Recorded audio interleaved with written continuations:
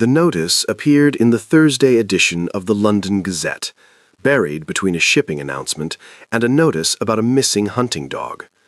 Missing, Mrs. Catherine Voss, age 29.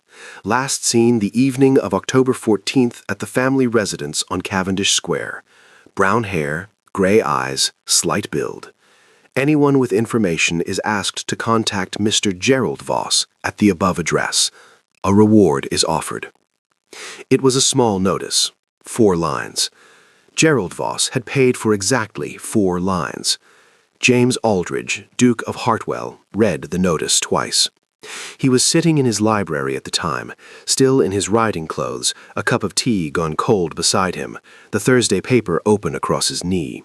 Outside, the grounds were gray with early morning fog. Inside, the fire was low. He had not slept well. He read the notice a 3rd time. Then he folded the newspaper carefully, set it on the table beside the cold tea, and walked out of the library, down the east corridor, past the portraits of 3 generations of Aldridges who had all, to varying degrees, made decisions they later regretted. He stopped at the door at the end of the corridor, knocked once. A long pause. Then, yes, he opened the door. She was sitting in the chair by the window, exactly where he had left her 2 days ago. She had not touched the breakfast tray. She was watching the fog on the grounds with the expression of someone who had learned, over a long period of time, to make her face say nothing. She turned when he entered. He held up the folded newspaper. Her eyes went to it. Something moved across her face, fast, controlled, gone. "He's looking for you," the Duke said. "I know," she said. A silence. "The notice is small," he said. 4 lines. She turned back to the window. "That sounds right," she said quietly. He stood in the doorway for a moment, the newspaper in his hand, the fog on the grounds, the untouched breakfast tray. Then he stepped inside and closed the door behind him. Because the notice was 4 lines, and Gerald Voss had offered a reward, and James Aldridge, Duke of Hartwell, had not yet decided what he was going to do about any of it, but he had closed the door. Catherine Voss, née Hartley, had been 26 when she married Gerald. She had not wanted to. This is important to say plainly, because the rest of the story makes more sense when you understand that she had known, standing at that altar, that she was making a mistake. She had known it the way you know a storm is coming, not from evidence, not from reason, but from something older than both. Her mother had said, "He is a good match." Her father had said, "He is a wealthy man." Her own reflection in the mirror that morning had said nothing. It had simply looked back at her with gray eyes that already knew. Gerald Voss was not a violent man. This is also important to say, because the women in the pews at church, the ones who nodded at Catherine on Sunday mornings and asked after her health, they would have said, "Gerald Voss? No. He is a respectable man, a good husband. Look how well she dresses." And she did dress well. Gerald was particular about that. He was particular about many things: what she said at dinner, who she spoke to at gatherings, whether she laughed too loudly, sat too long with one person, asked too many questions of the wrong kind. He kept a careful account of her mistakes, not in a book, but in his voice, in the way he looked at her across a room, in the silences that followed certain sentences. 3 years of this. 3 years of being managed like a property that needed to maintain its value. She had not planned to run. That is perhaps the most honest thing that can be said about the night of October 14th. There was no grand scheme, no packed bag waiting under the bed, no carriage arranged in secret. There was only Gerald's voice, finally saying the thing he had been building toward for 3 years, and Catherine standing very still in the drawing room, and something inside her going quiet in a way that felt permanent. She had walked out the front door. She had not taken her coat. It was a cold night. She had walked for a long time without knowing where she was going, and then, because the human body eventually makes decisions the mind is too exhausted to make, she had stopped. She had stopped at the edge of the Hartwell grounds. She had looked at the gate.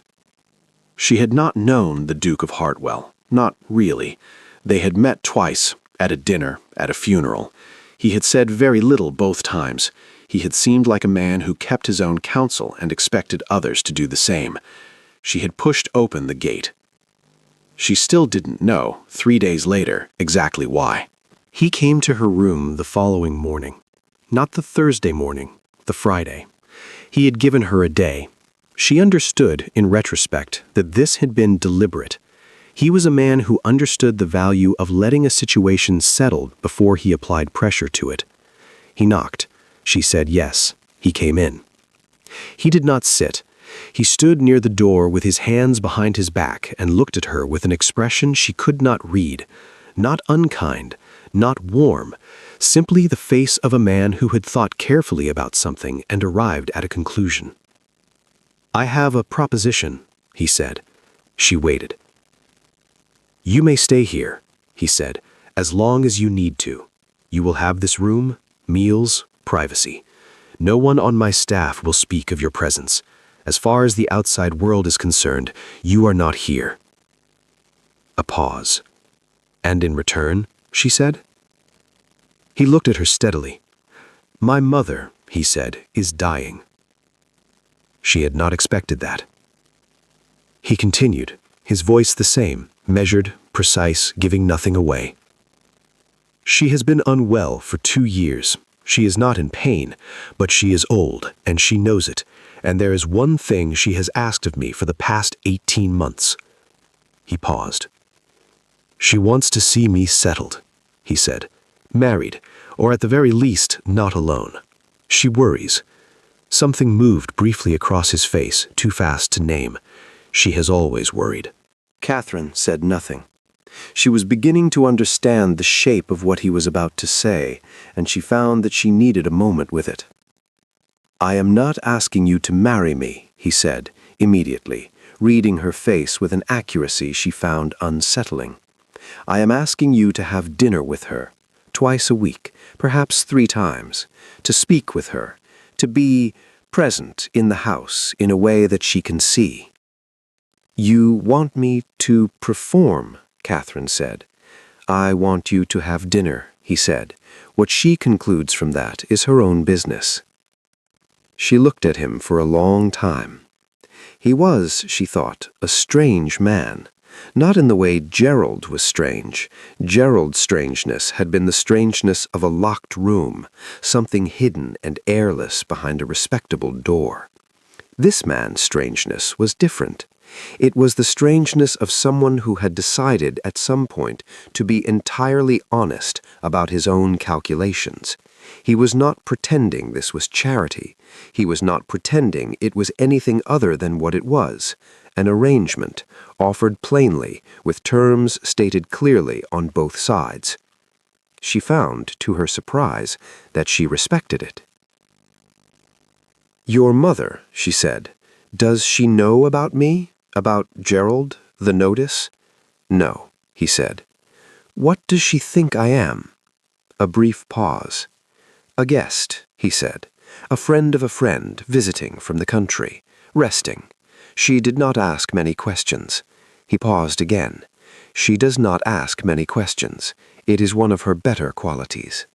Catherine stood up. She walked to the window, not to look at anything in particular, but because she needed to move. Outside, the fog had cleared. The Hartwell grounds were wide and gray-green, a long lawn running toward a tree line, a path disappearing into the distance. It was, she thought, a very large estate for one man. "And when she dies," Catherine said. Silence. "Then our arrangement ends," he said. "You will have time, whatever time she has left, to determine what comes next for you.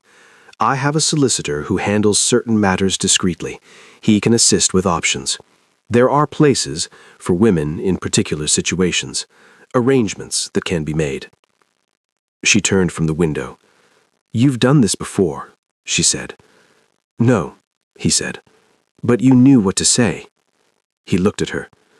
"I have a sister," he said, and then said nothing more. She thought about Gerald, about the 4-line notice in the Thursday Gazette, about the reward he had offered. She found she could not stop thinking about the reward, about the fact that he had reduced her to a number, a sum, a transaction, and then published it in a newspaper between a shipping announcement and a missing hunting dog. She thought about the front door she had walked out of, the cold night, the gate. She had not taken her coat. "If I say yes, and Gerald finds me anyway—" "He won't," the Duke said. "You can't know that." "No," he said, "but I can make it considerably more difficult for him." A pause.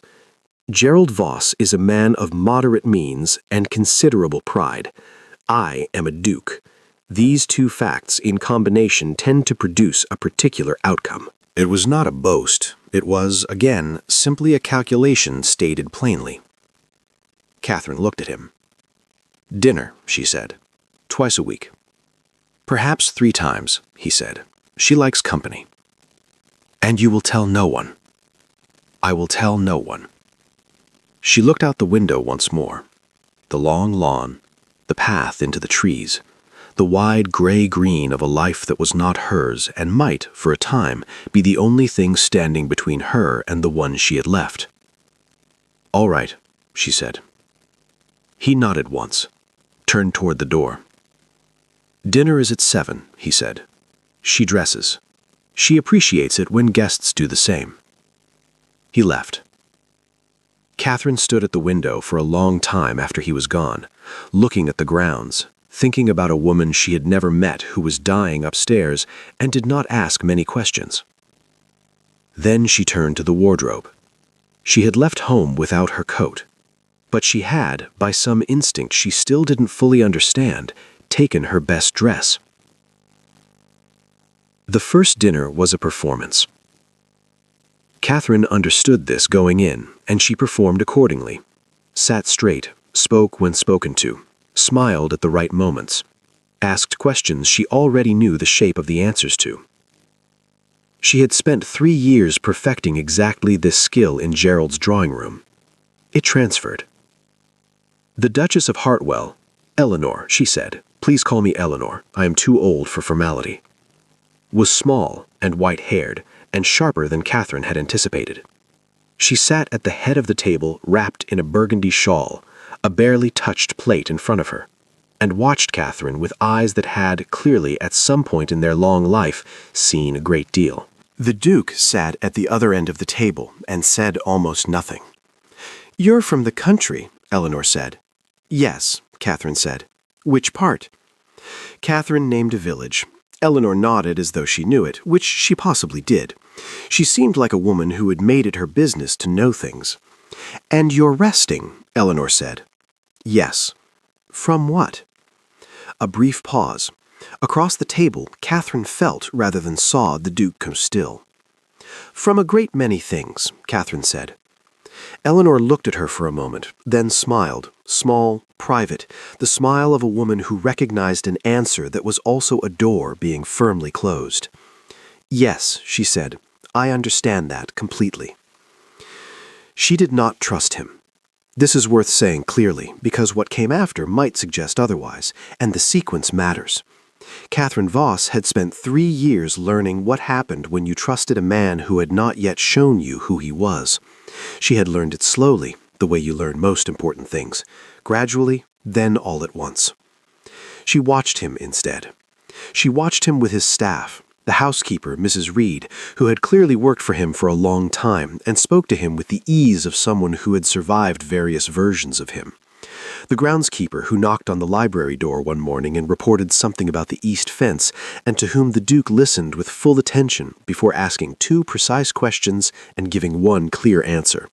The young footman who dropped an entire tray of glasses in the entrance hall and stood in the wreckage looking as though he expected to be dismissed on the spot. The Duke had looked at the broken glass. then at the footman. "Are you hurt?" he said. The footman blinked. "No, Your Grace." "Good," the Duke said.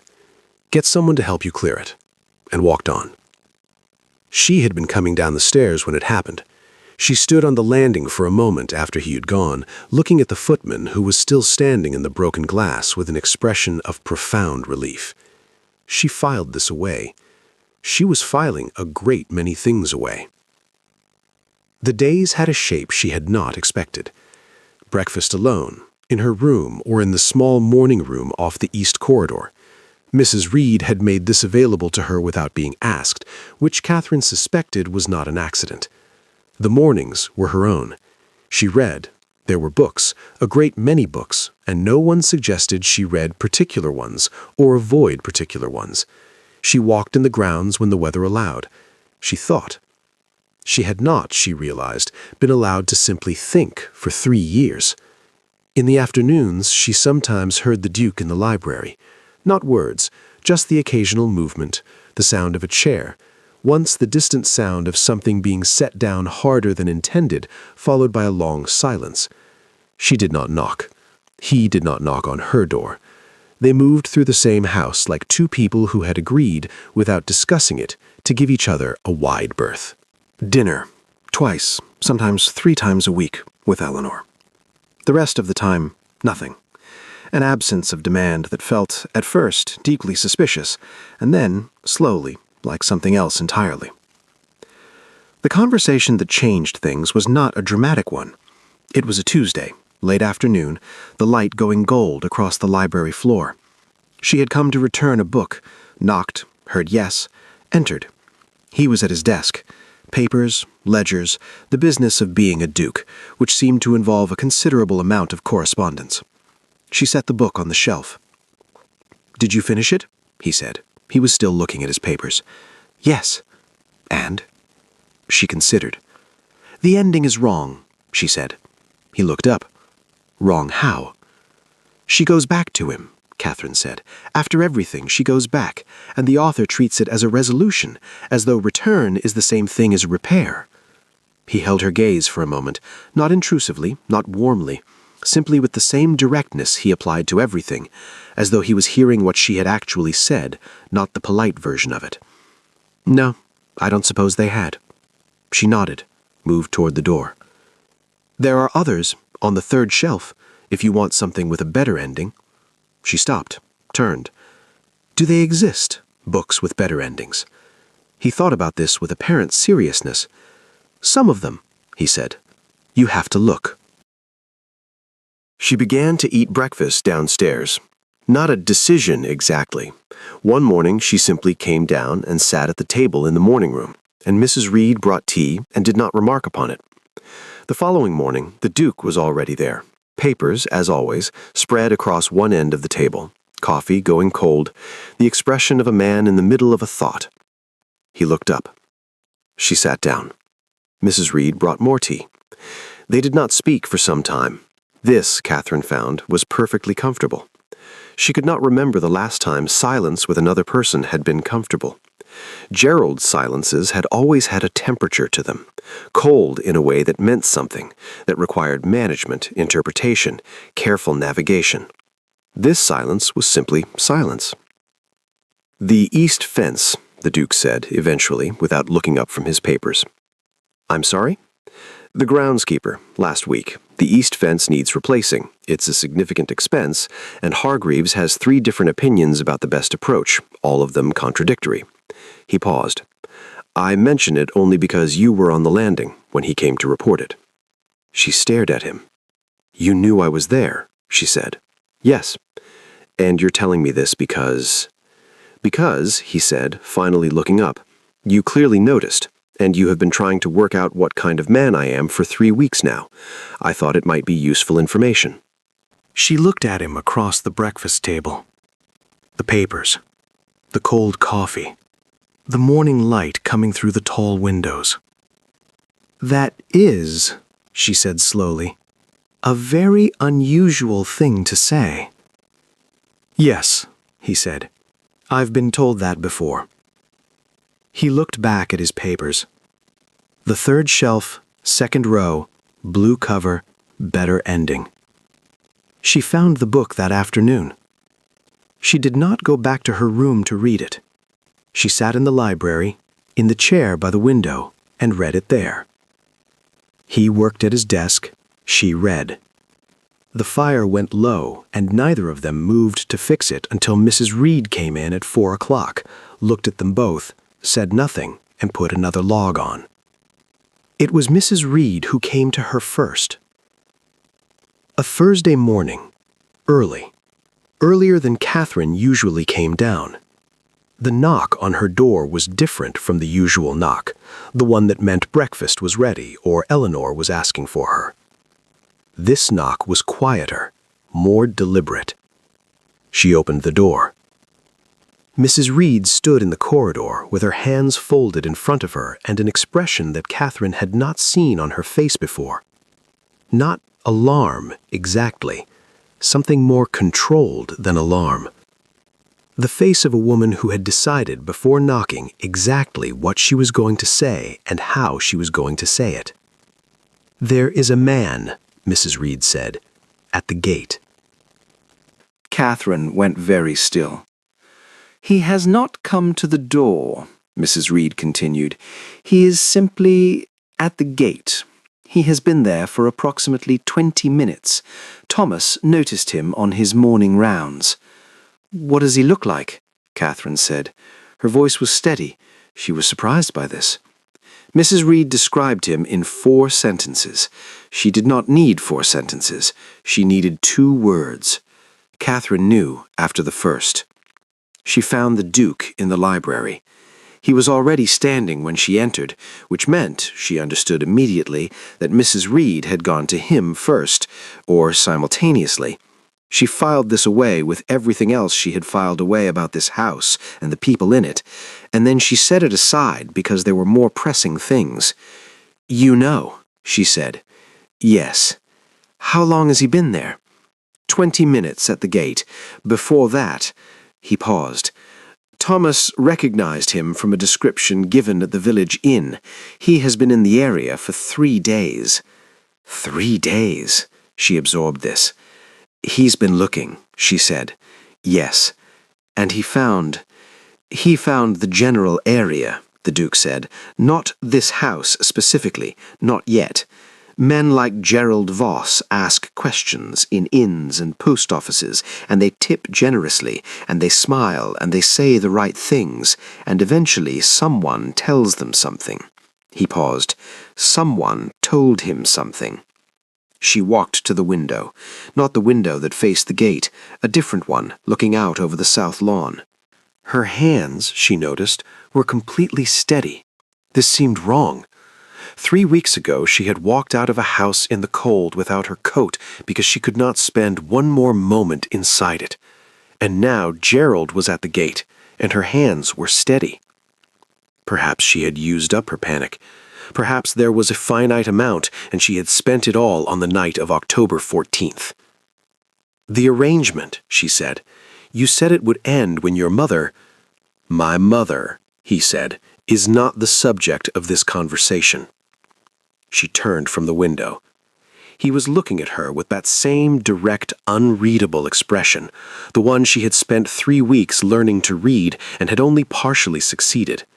But there was something different in it now, something that had not been there on the morning he had come to her room with his proposition and his carefully stated terms.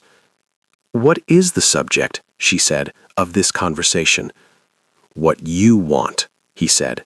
"Not what is practical, not what is possible, not what the law says or what society says or what Gerald Voss says by standing at my gate for 20 minutes. A pause.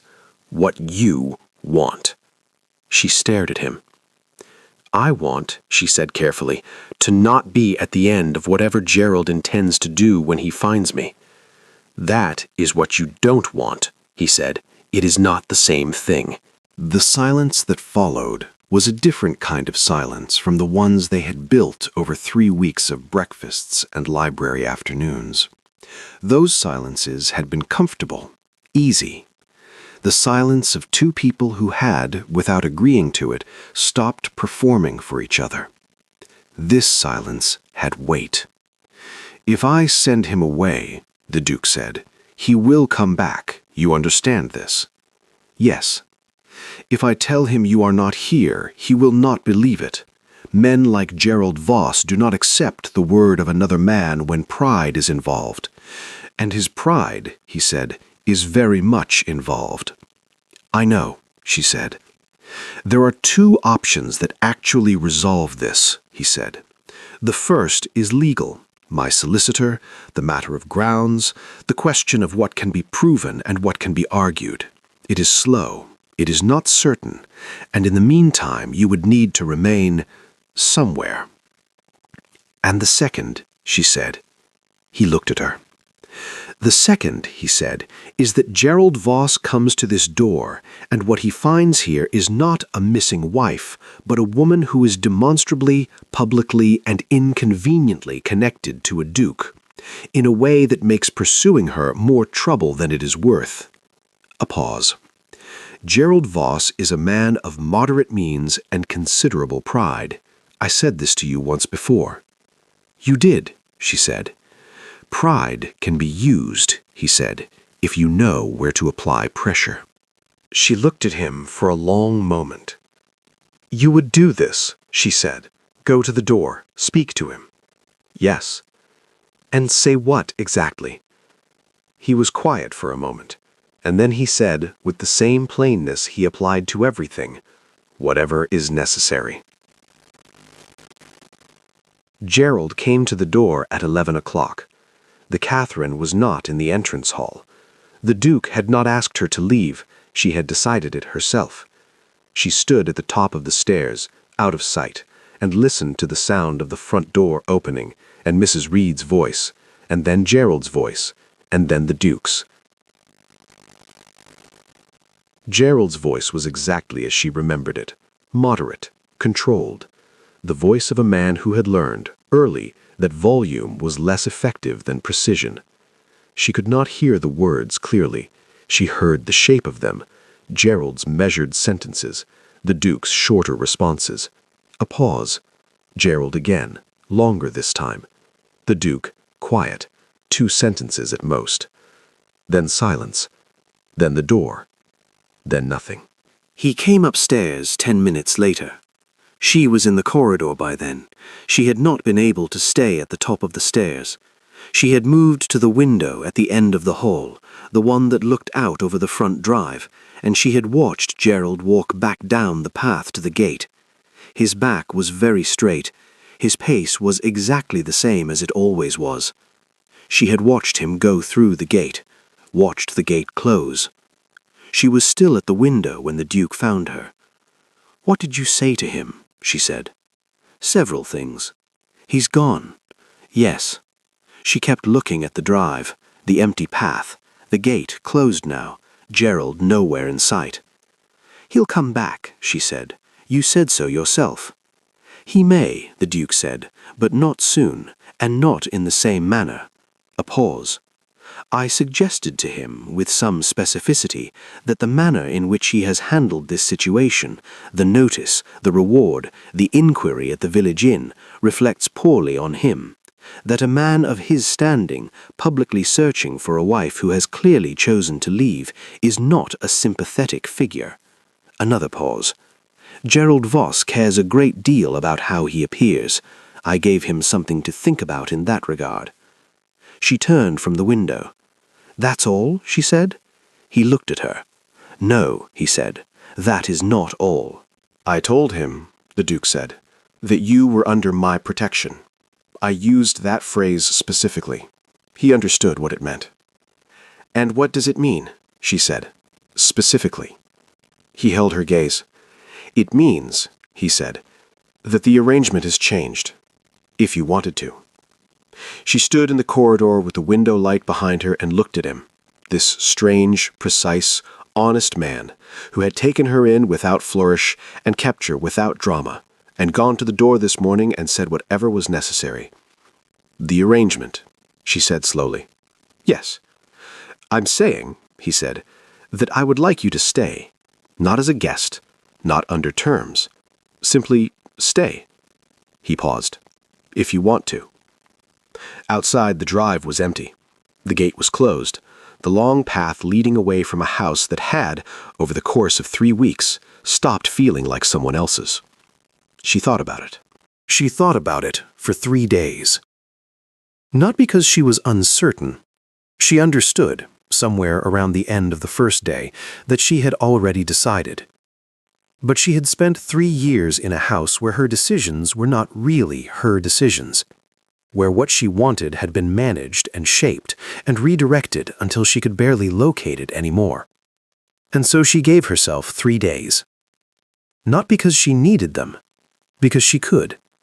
Because no one in this house was going to knock on her door and ask what was taking so long. This, she had come to understand, was what it felt like to be treated as a person who was capable of deciding things. She found she needed to sit with that for a while. On the first day, she walked the grounds. All of them. The south lawn, the path into the trees she had seen from her window on the very first morning and never taken. The kitchen garden where something was still growing despite the November cold. The east fence that Hargreaves had 3 contradictory opinions about. She walked until the light went, and then she came inside and had dinner with Eleanor, who talked about a trip she had taken to the Italian coast in 1847 and the particular quality of the light there, and did not ask Catherine a single question. On the way upstairs afterward, Eleanor took her hand briefly at the landing. She didn't say anything, just held it for a moment, then let go and went to her room. Catherine stood on the landing for a while after she had gone. On the second day, she wrote a letter. Not to Gerald. She was done writing things to Gerald. She had, she realized, been writing things to Gerald in one form or another for 3 years. Carefully composed communications designed to manage his mood, his perception, his temperature. She was finished with that. She wrote to her sister, Margaret, 5 years younger, married and in Edinburgh, who had written to Catherine twice during the marriage, with letters that said the careful things and the right things and never quite said the thing underneath, which Catherine had always suspected was, I see what is happening and I don't know what to do. She wrote to Margaret now. Not a careful letter, not a managed one, a plain one, the way the Duke spoke, she thought, plain and precise and without decoration. She said what had happened. She said where she was. She said she was well. She said she was, for the first time in a long time, deciding things for herself. She sealed it, gave it to Mrs. Reed, who took it without comment and had it sent within the hour. On the third day, she went to the library. He was there, as he usually was in the afternoons, at his desk, papers, correspondence, the ongoing business of the estate. He looked up when she came in.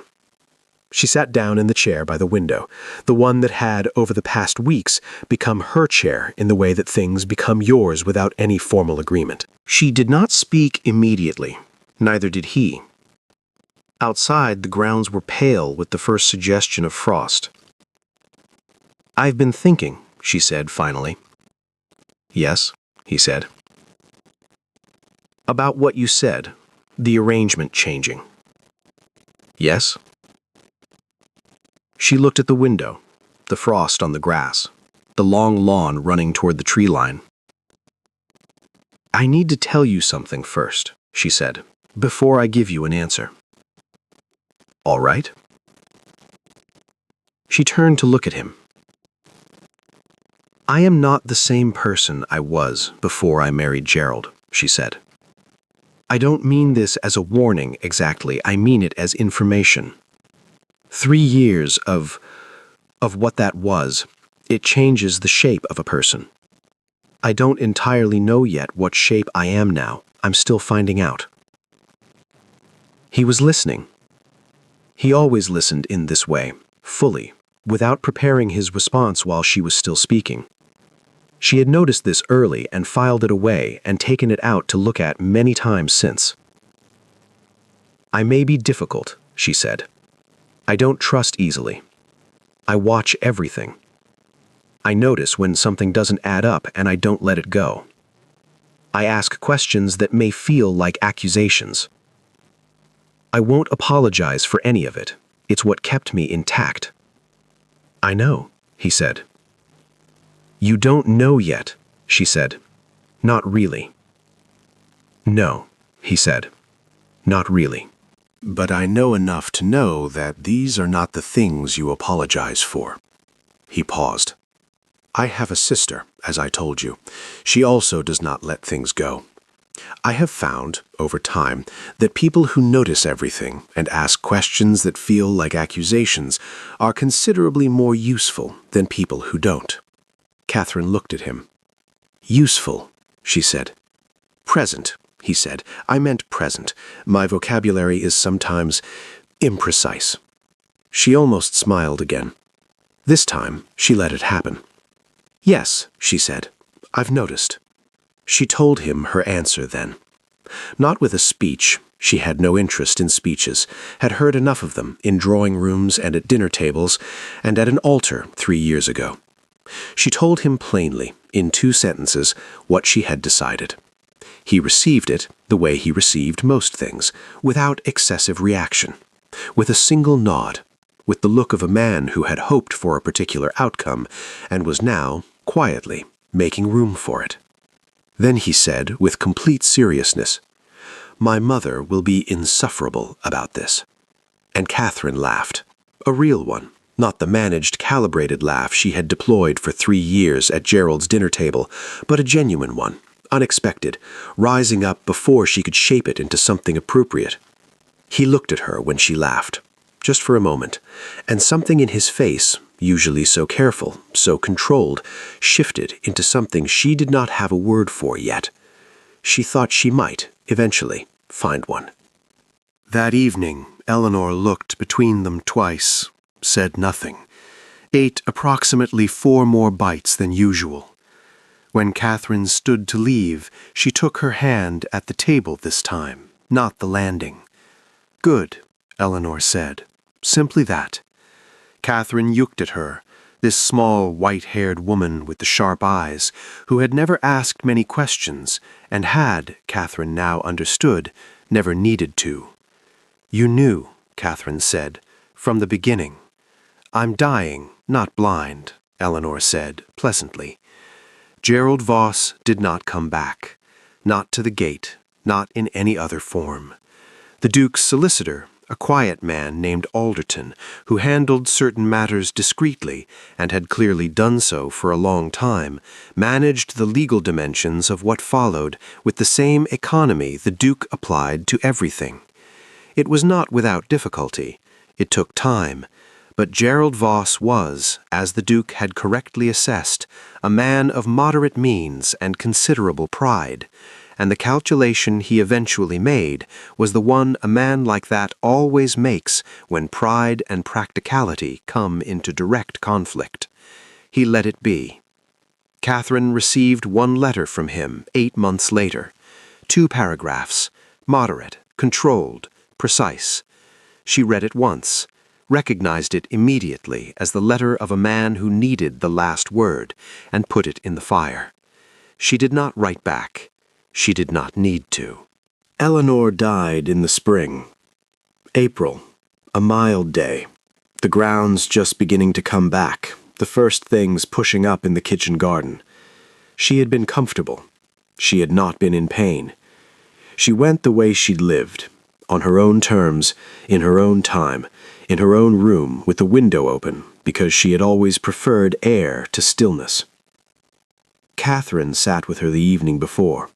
They talked about the Italian coast again, the light, the particular quality of it, the way it was different from English light in a way that was hard to explain to someone who hadn't seen both. "You'll go someday," Eleanor said. "Perhaps," Catherine said. "You will," Eleanor said, with the certainty of someone who has run out of time for perhaps. "Take him with you. He has never been. He won't admit this is a problem, but it is." Catherine looked at her. "He'll be all right," Eleanor said. "He was always going to be all right. He just needed—" She paused. "Someone who notices things. He notices everything, and has no one to notice things with. It's a lonely way to live." Catherine held her hand. Eleanor closed her eyes. "The light in the mornings here is also very good," Eleanor said after a while. "I should have told him that more often." She was gone by morning. The house was quiet for a while after that. Not unhappily quiet, differently quiet. The kind of quiet that settles after something large has moved through and you are learning the new shape of things. Catherine had learned by now to let quiet be what it was rather than trying to manage it. She and the Duke moved through the house. They had breakfast. He worked. She read and walked, and had taken, over the winter, to spending time in the kitchen garden with the groundskeeper's wife, who knew a great deal about growing things and had opinions about all of it. They talked, in the evenings mostly, in the library, the fire going, papers on his desk and a book in her hands, or sometimes no book, just the fire and the conversation. They talked about the estate and about books, and about his sister Louisa, who lived in Bath and wrote letters that were considerably more entertaining than most published novels. They talked about Eleanor. They talked, carefully at first, and then less carefully, about Gerald, and about the years before Gerald, and about what Catherine wanted, not practically, not in terms of what was possible, but actually wanted, from the days ahead. Nobody had asked her this before. She found she had a great deal to say. They married in September. Small, Catherine's preference, and he had no objection to small. Louisa came from Bath and cried at inappropriate moments, and said things that made Catherine laugh and the Duke look pained in a way that was clearly affectionate.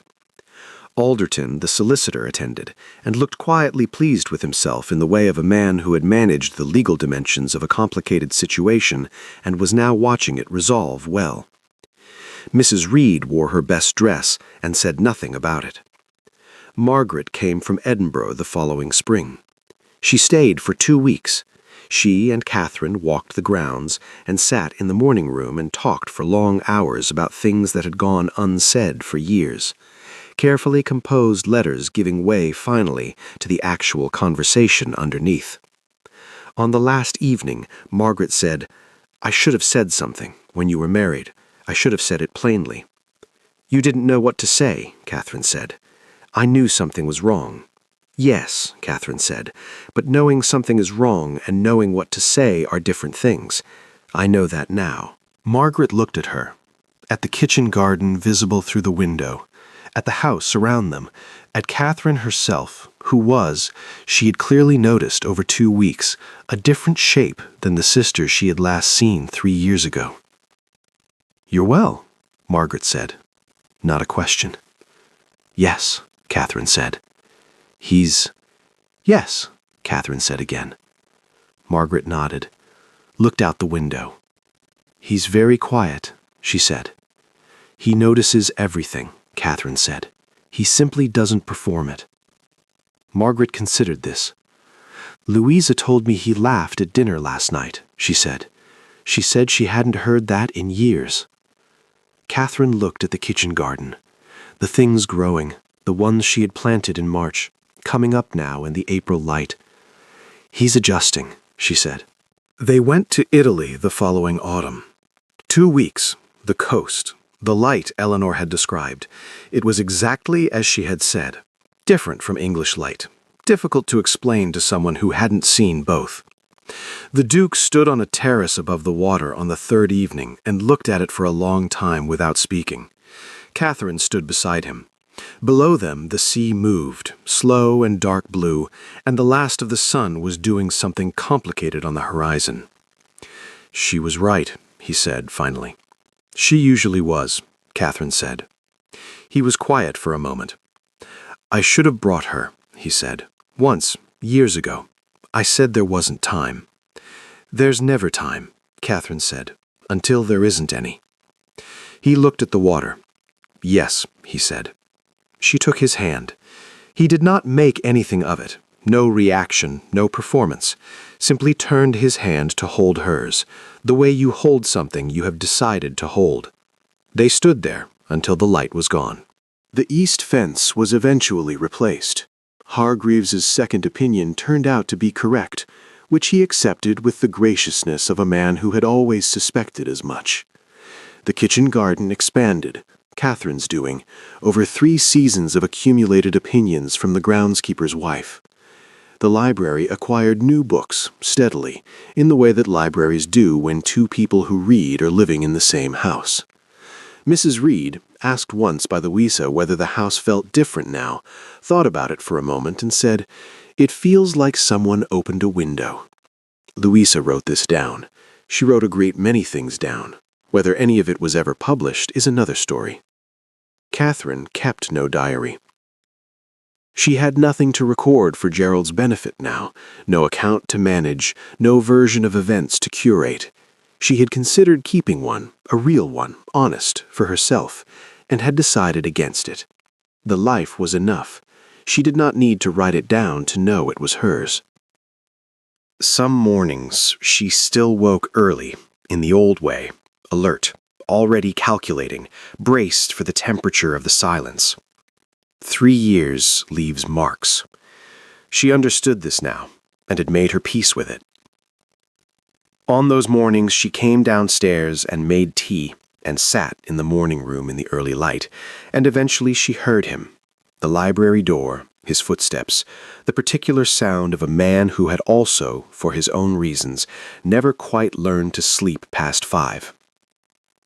He would appear in the doorway, see her, say nothing. Sit down. Mrs. Reed would bring more tea without being asked. Outside, whatever the season was doing, it did. Inside, the house went about its morning unhurried, unmanaged, making none of the demands that houses sometimes make on the people living in them. They sat. It was enough. It was, Catherine thought, on one of those mornings, frost on the glass, tea going warm in her hands, the day not yet begun, considerably more than enough. It was, in fact, exactly what she had wanted. She just hadn't known, until recently, that she was allowed to say so. Dear viewers, it has been a true pleasure sharing this story with you all the way to the end. Your time, attention, and presence mean more than words can fully express. I sincerely wish you all the very best, wherever you are in the world. Please take a moment to tell us which city you're watching from and what you felt about this story. We'd love to hear from you. And don't forget to subscribe so you won't miss the next story waiting for you here.